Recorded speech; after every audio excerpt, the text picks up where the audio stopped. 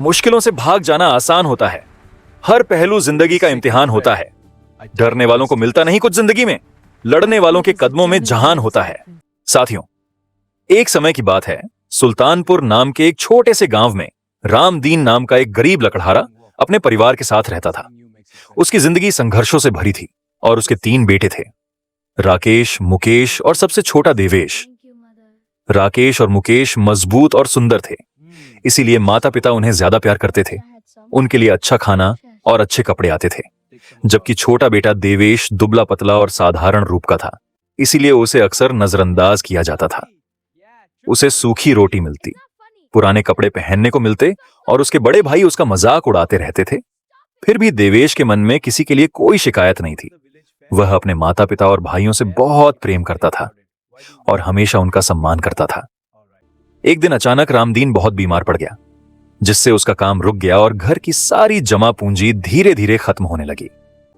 मजबूरी में मां ने बड़े बेटे राकेश को जंगल भेजा, उसे अच्छा खाना और मीठा दूध देकर विदा किया। लेकिन रास्ते में उसे एक बूढ़ी औरत मिली जो कई दिनों से भूखी थी और उसने उससे थोड़ा भोजन मांगा, पर राकेश ने उसे डांट कर भगा दिया और आगे बढ़ गया। जंगल में लकड़ी काटते समय उसकी कुल्हाड़ी फिसलकर उसके हाथ पर लग गई और वह घायल होकर घर लौट आया। अगले दिन मां ने मुकेश को भेजा, लेकिन उसने भी उसी बुढ़िया के साथ बुरा व्यवहार किया और जंगल में उसके साथ भी वही हुआ। कुल्हाड़ी उसके पैर में लग गई और वह भी घायल होकर वापस आ गया। अब घर की हालत और खराब हो गई थी। 2 बेटे घायल थे और पिता पहले से बीमार। ऐसे में अब सबकी नजरें उस देवेश पर टिक गई थीं, जिसे अब तक सबसे कमजोर समझा जाता था। लकड़हारा और उसकी पत्नी ने अपने बेटे को देखकर कहा, हाय, यह क्या हो गया? लकड़हारा दुखी स्वर में बोला, हे ईश्वर, ये आप हमारी कैसी परीक्षा ले रहे हैं? एक ही समय में मेरे दोनों बेटे और मैं खुद बिस्तर पर पड़ गए। अब घर का खर्चा कैसे चलेगा? किसी तरह रात बीती, तभी सबसे छोटा बेटा देवेश अपने माता पिता के पास आया और बोला, पिताजी, मैं भी आपका बेटा हूं। इस समय मेरे दोनों भाई घायल हैं और आप बीमार हैं। ऐसी स्थिति में आप तीनों से काम नहीं हो पाएगा।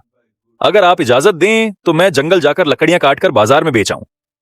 उसकी बात सुनकर माता पिता हंस पड़े। अरे बेवकूफ, ये कोई आसान काम नहीं है। लेकिन देवेश ने हिम्मत नहीं हारी। पिताजी, मैं कमजोर जरूर हूं, लेकिन हिम्मत रखता हूं और मैंने सुना है कि जो हिम्मत करता है भगवान उसकी मदद करते हैं। आखिरकार उसकी जिद के आगे हारकर माता पिता ने उसे जाने की अनुमति दे दी। मां ने उसे एक सूखी रोटी और थोड़ा पानी देकर विदा किया, जबकि उसके बड़े भाइयों को पहले कभी स्वादिष्ट भोजन दिया जाता था। देवेश खुशी खुशी जंगल की ओर चल पड़ा।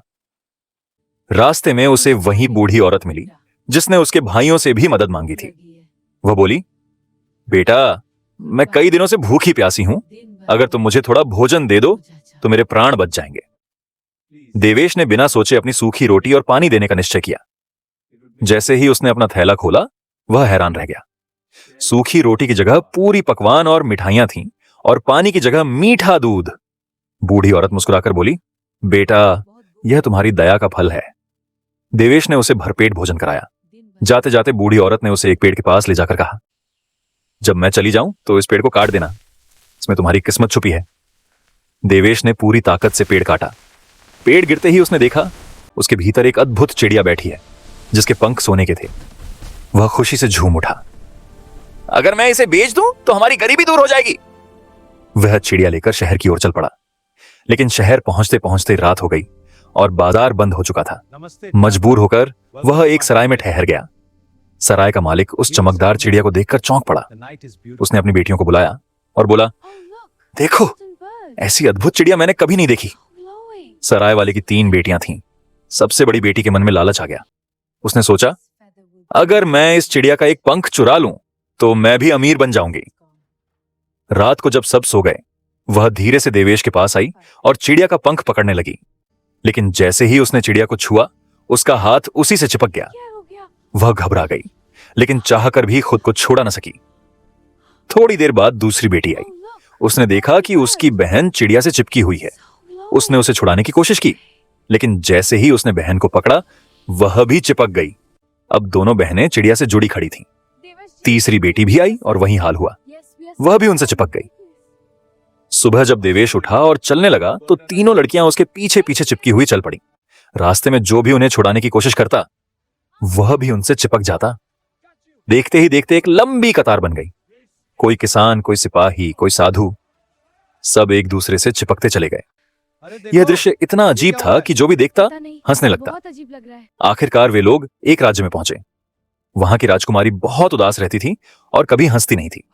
राजा ने घोषणा कर रखी थी, जो भी मेरी बेटी को हंसा देगा, मैं उसका विवाह उसी से कर दूंगा। जब राजकुमारी ने यह अजीब जुलूस देखा, जहां एक लड़का आगे चल रहा था और उसके पीछे चिपकी हुई लोगों की लंबी लाइन थी, तो वह खुद को रोक न सकी और जोर जोर से हंसने लगी। राजा ने यह देखा तो वह हैरान रह गया, लेकिन उसने अपनी बात निभाई। देवेश, जो कभी एक गरीब और कमजोर लकड़हारे का बेटा था, अब राजकुमारी का पति बन गया। उसकी किस्मत बदल गई। वह धन, सम्मान और सुख से भर गया। उसने अपने माता पिता को भी महल में बुला लिया और उनका जीवन सुखमय बना दिया। इस कहानी से हमें यह सीख मिलती है कि दया, सच्चाई और हिम्मत कभी व्यर्थ नहीं जाती। दोस्तों, यह सब देवेश की नेकी और अच्छे कर्मों का फल था।